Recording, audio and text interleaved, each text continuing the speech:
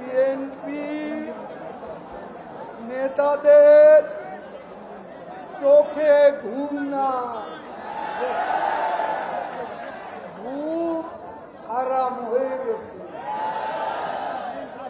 মির্জা ফখরুলের মনে অশান্তির আগুন, ঘুম নাই কারো। মধ্যরাতে লন্ডন থেকে ফরমান আছে, অমুক আউট, অমুক ইন আর আউট, ইন আর আউট, আউট আর ইন চলছে বিএনপিতে। কি অবিশ্বাস! আওয়ামী লীগের বিরুদ্ধে আন্দোলন করবে কখন? তারা নিজেরা নিজেদেরকে বিশ্বাস করে না, করে অবিশ্বাস, সন্দেহ। কেউ কাউকে পছন্দ করে না, অমনি বলে সরকারের এজেন্ট। বিএনপিতে এখন নেতারা একে আরেকজনকে বলে সরকারের এজেন্ট। কি আন্দোলন তারা করবে? বিএনপির আন্দোলন ভুয়া, বিএনপির কর্মসূচি,